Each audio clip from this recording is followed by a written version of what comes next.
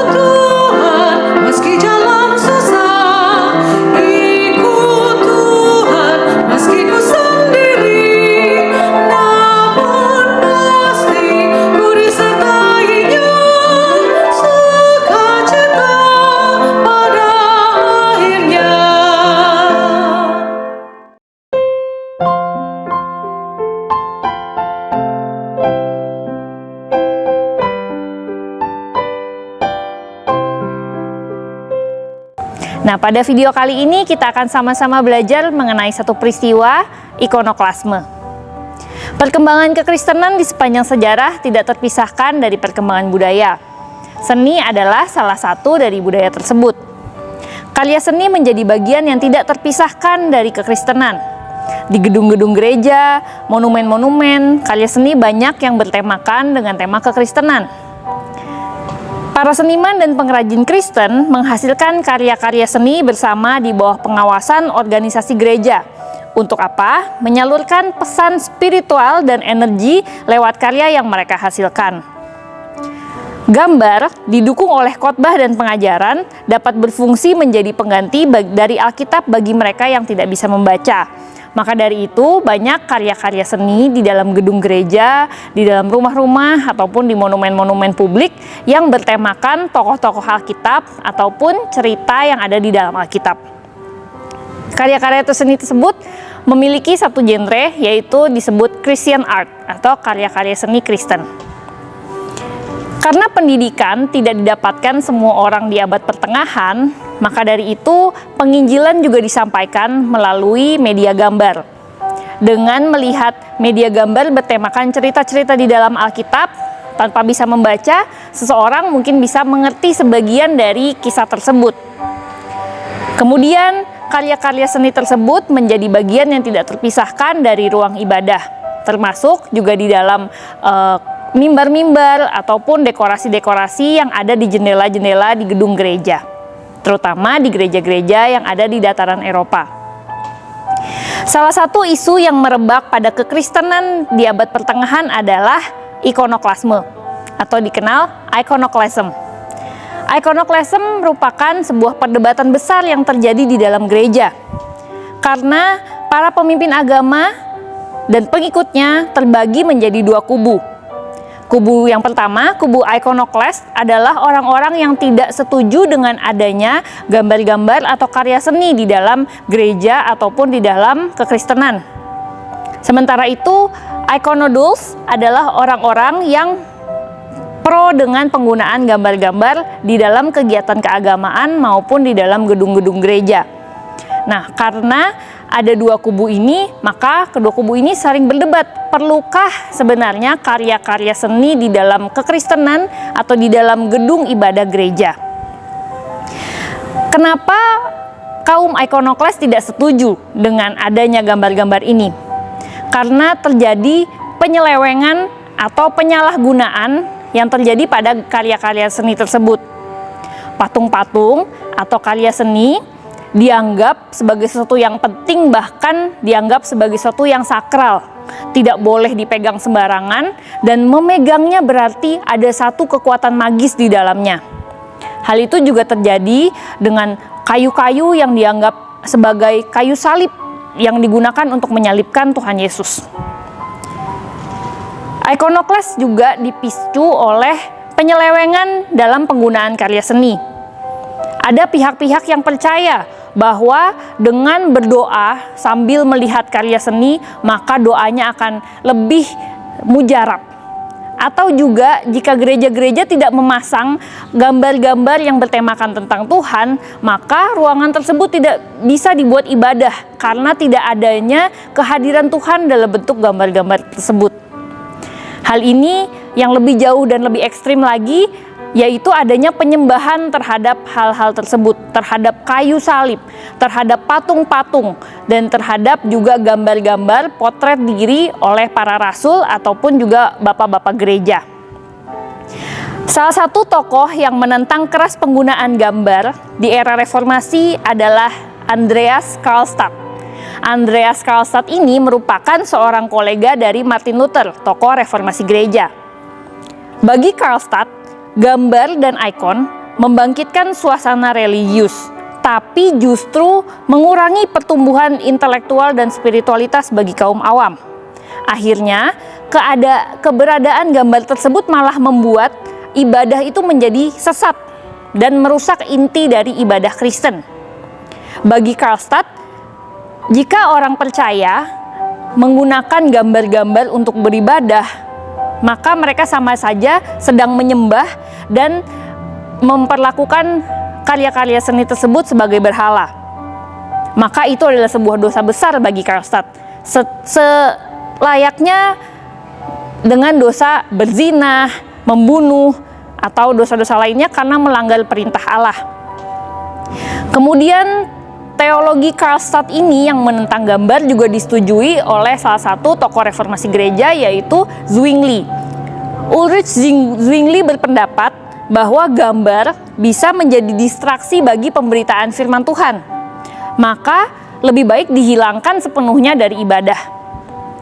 Maka dari itu Karlstadt dan Zwingli adalah orang-orang yang sangat getol untuk menghancurkan karya-karya seni yang ada di gedung gereja maupun yang ada di dalam kekristenan digunakan sebagai media untuk berdoa, untuk penyembahan, dan yang lain sebagainya. Sebenarnya apa yang menjadi keberatan kaum ikonoklas ini sungguh benar adanya. Jika karya-karya seni menjadi sebuah berhala bagi orang Kristen, tentu hal itu adalah salah. Akan tetapi, umat Kristen bukannya takut kepada Allah, justru lebih takut kepada benda mati, terhadap karya-karya seni yang dianggap mempunyai jiwa dan dapat mengawasi mereka. Tetapi menghancurkan sepenuhnya juga dinilai terlalu ekstrim oleh kubu sebelah, karena elemen seni, budaya, juga merupakan ciptaan Tuhan lewat manusia untuk dimanfaatkan bagi kemuliaan Allah. Maka dari itu, pada hari ini kita belajar apa sih pengaruh peristiwa ikonoklas bagi kehidupan kita saat ini. Jika kita lihat di gedung-gedung gereja, sangat normal kita melihat adanya simbol-simbol, simbol salib di atas mimbar, ataupun simbol-simbol yang ada di jendela-jendela gereja. Atau seperti yang di belakang saya ini, lukisan tentang mujizat Tuhan Yesus. Apakah hal ini salah dan bisa menjadi distraksi? Bisa jika tidak dimanfaatkan dengan baik atau justru disalahpahami. Kita harus kembali kepada esensi ibadah dan spiritualitas kita, tapi tanpa menghancurkan apapun. Di zaman ini dengan kecanggihan teknologi, dengan perkembangan budaya, elemen di dalam ibadah dan spiritualitas kita menjadi lebih kaya. Ketika kita beribadah di dalam ibadah komunal, kita menggunakan seni musik. Ketika kita berdoa, kita mengakses firman Tuhan, kita bisa menggunakan Alkitab yang ada ilustrasinya. Dengan begitu kita bisa lebih mengerti. Ataupun ketika anak-anak sekolah minggu diajarkan, guru-guru sekolah minggu bisa menggunakan alat peraga, gambar-gambar untuk memperlihatkan kepada anak-anak seperti apa keadaan pada masa ketika Yesus lahir dan ketika Yesus mengajar. Hal itu tidak salah. Dan kita juga menggunakan gadget, kita juga mengakses media sosial, kita melihat banyak metode-metode penginjilan dilakukan dengan gadget kita, dengan membagikan gambar-gambar bertemakan firman Tuhan, ataupun juga dengan video-video yang kita akses untuk kita semakin mendalami firman Tuhan. Media-media tersebut tentu tidak salah dan justru akan sangat berfungsi dengan baik jika digunakan dengan tepat. Kita juga bisa lebih mengerti khotbah jika ada penggambaran yang disampaikan. Ataupun juga kita bisa bersaat teduh dengan menggunakan audio podcast. Banyak hal yang bisa kita gunakan yang menjadi elemen-elemen tambahan dan itu bisa membuat spiritualitas kita lebih kaya. Tapi Bapak Ibu Saudara, dengan peristiwa ikonoklas ini kita juga diingatkan bahwa kita harus waspada dengan penyalahgunaan yang mungkin saja bisa terjadi. Ketika di masa itu orang-orang berpendapat bahwa jika kita berdoa tanpa melihat lukisan, kita tidak bisa berdoa. Atau jika kita tidak mendengarkan musik, kita tidak bisa bersaat teduh. Tentunya hal itu menjadi hal yang salah.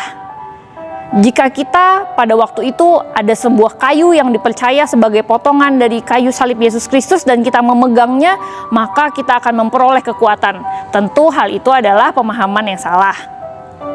Mungkin kalau kita di zaman sekarang, kita menganggap kalau kita bersaat teduh, kita harus sambil mendengarkan lagu, kita harus sambil melihat gambar-gambar yang bagus, atau kita ketika beribadah komunal, musiknya harus lengkap dan sebagaimana.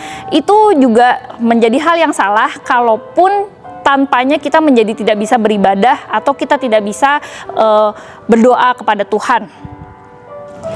Itu juga adalah pandangan yang ditentang oleh kaum ikonoklasme. Ketika kita beribadah kepada Tuhan, esensinya adalah kita memfokuskan hati kita kepada Tuhan. Kita sungguh-sungguh bernyanyi untuk Tuhan, tanpa elemen-elemen ekstra apapun seperti musik, ataupun gambar, ataupun pertunjukan, dan yang lain sebagainya. Kita tetap bisa beribadah kepada Tuhan, kita tetap bisa berdoa kepada Tuhan. Jika kita membaca Alkitab, jika kita menemukan ilustrasi gambar-gambar yang bagus, kita menjadi bisa lebih mengerti. Tapi tanpa gambar itu pun ya kita tetap bisa mengerti. Demikian pula juga dengan ketika kita sungguh-sungguh berdoa di hadapan Tuhan. Jika kita berdoa tanpa bantuan elemen apapun, kita tetap bisa menyuarakan isi hati kita kepada Tuhan. Bapak Ibu Saudara, elemen visual, musik, seni, pertunjukan, paduan suara, itu semua adalah elemen tambahan. Itu adalah elemen tambahan yang jika ditambahkan ya akan menjadi lebih baik. Akan tetapi yang namanya elemen tambahan itu bersifat ekstra. Kalau misalkan ditambahkan bisa lebih baik, kalau tidak ditambahkan pun tidak akan mengurangi esensi dari ibadah kita maupun esensi dari spiritualitas kita di hadapan Tuhan. Maka dari itu, dari peristiwa ikonoklasme ini, kita mau sama-sama belajar untuk kembali melihat apa itu esensi ibadah, dan esensinya adalah hati kita yang sungguh-sungguh terfokus kepada Tuhan. Jika kita punya elemen-elemen tambahan, elemen seni, elemen musik, dan elemen-elemen lainnya, itu semua adalah elemen pendukung yang jika digunakan akan menjadi manfaat yang baik, tapi jika digunakan dengan tidak tepat, itu justru malah bisa membawa kita kepada satu kesalahpahaman. Maka dari itu kita harus menguji diri kita di hadapan Tuhan, apakah kita tidak mengabaikan elemen-elemen yang esensial. Tapi jika kita punya elemen-elemen tambahan, yaitu sangat baik. Kita bisa manfaatkan dan semuanya itu tentu untuk kemuliaan Tuhan semata. Kiranya dari video kali ini kita bisa sama-sama belajar, kita bisa sama-sama juga kembali melihat dan juga menyadari bahwa ada elemen-elemen yang bisa kita tambahkan di dalam ibadah kita yang bisa membuat ibadah kita semakin baik. Tapi kita juga tidak mengurangi apa yang esensi. Kita tidak mementingkan elemen ekstra dibandingkan dengan fokus hati kita kepada Tuhan. Kita akan berjumpa di dalam seri Kompas Reformasi berikutnya. Dan kiranya pelajaran hari ini bisa sungguh-sungguh mengingatkan kita untuk kembali menggunakan segala sesuatunya untuk memuliakan nama Tuhan. Terima kasih, Tuhan Yesus memberkati. Puji Allah, puji Allah, puji Allah Tritunggal. Mulia-mulia bagi Allah, pemberi kurnia keselamatan.